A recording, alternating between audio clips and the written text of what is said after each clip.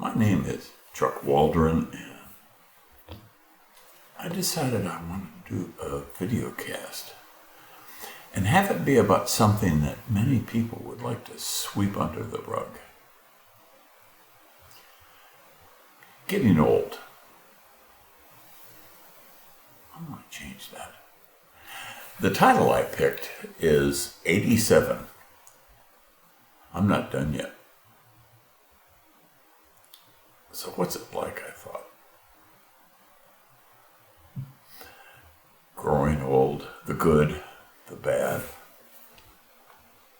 and the ugly. Well, it seems fashionable these days to claim that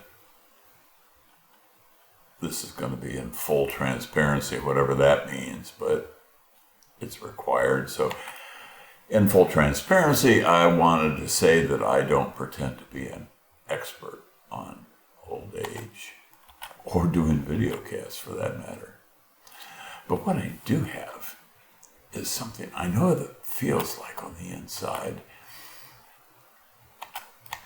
And I'm excited to try this way of communicating that to other people to see if we can start a dialogue about what it's like to truly grow old. Those of us past 80, we know a thing or two about growing old.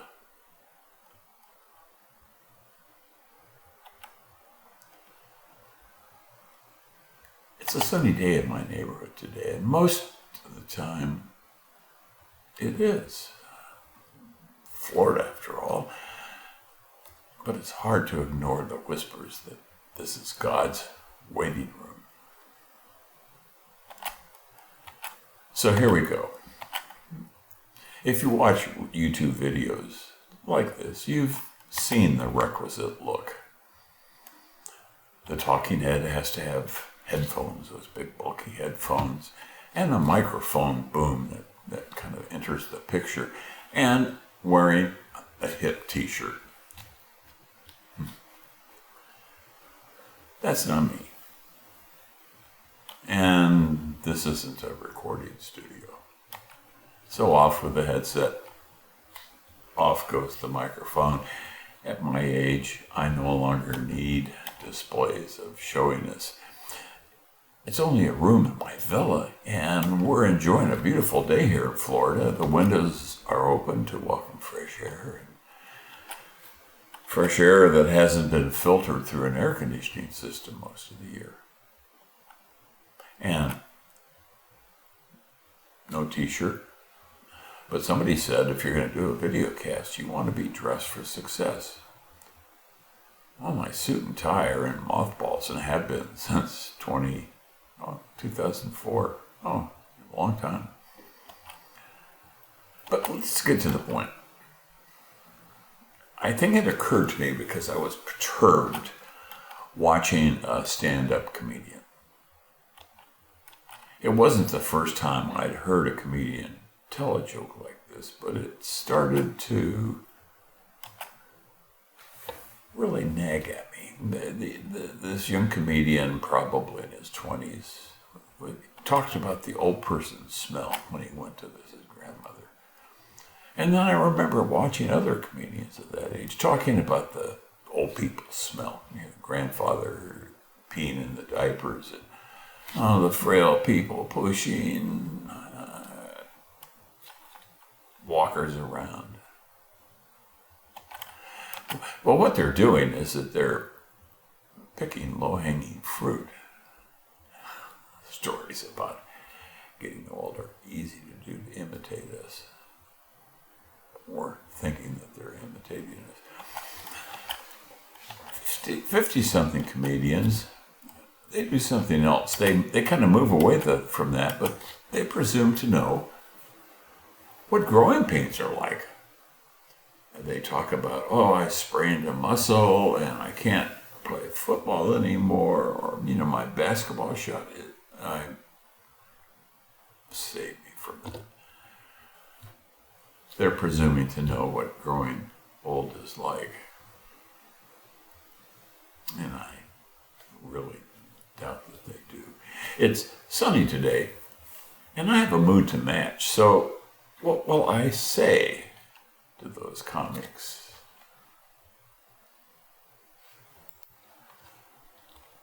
that are presuming to know what it's like to grow old or age like me? At my age, sunny days and disposition don't always line up, and sometimes it depends on how many doctor's appointments I have on my calendar for this week, but I have to admit it. I've lost a step or two. I no longer hop, skip, or jump. But then again, I can't remember when I did. I pretend that my memory is fully intact until I spend far too long trying to remember a word, a phrase, a name, a story. Hell, even imagining what I watched on Netflix or Prime Video last night. My mental filing system is letting me down from time to time because the retrieval system just doesn't pull the information back as quickly as it used to. And so I have to adapt to that. It's something that requires patience, and sometimes the person you're talking to doesn't have that patience. But then again, most of them are just waiting for me to stop talking so they can talk about something they're interested in. So maybe it's a wash. If you're watching, and I hope you are, I hope you're not expecting this to be another old person complaining that the world has passed me by. Nah, that's not my style and not today. Well, yeah, I do admit, we old people can be pretty good at doing that if we put our minds to it. But let's go back to the comedians. For those who haven't paid their dues yet, the persons that haven't quite reached that magic age of 80, let this be a cautionary tale. Because what they're going to hear from you and I talking, you see, I think you're my peeps. You're people like me. We're bruised, we're bent, broken, and we know what a skin tear is. I'm here to talk about words and thoughts we don't easily share with others. And maybe we should, but save that for a later chat. They're words like pain, loss, loneliness. And it would be sad if we stopped there and dwelled on those, because we also have, and this is a surprise to many young people, we have hope. We have future. We want to see what's around the next corner. Our future may be limited, but I do. I want to know what it's going to be like. And I haven't lost my curiosity. And so if you follow me this far, I'd like to be your curmudgeonly, Serpa friend, an old person, and talk about those things where we prepared for all of those first times. The first day at school, first girlfriend and kiss, maybe the first boyfriend and kiss, the first job, marriage. But now we're entering another first for those of us over 80. It's an old age with all the aches and pains. And reaching 87, I've collected a ton of firsts, and I expect that you have too. And some of those memories are good, some not so much. I think I viewed my early years through a close-up lens. Everything was right there. It was immediate. It was exciting.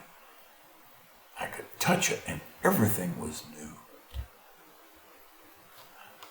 But then along came the middle-aged years I started to see life through a wide-angle lens. In fact, even a panoramic lens, because I was now aware of more things that were happening in the world. Not just my tight little circle, not just my family and my neighborhood. Then along came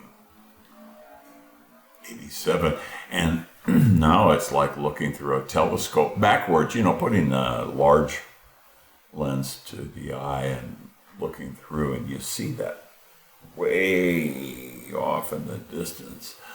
Lines, years, and events that stretch back for me to 1937.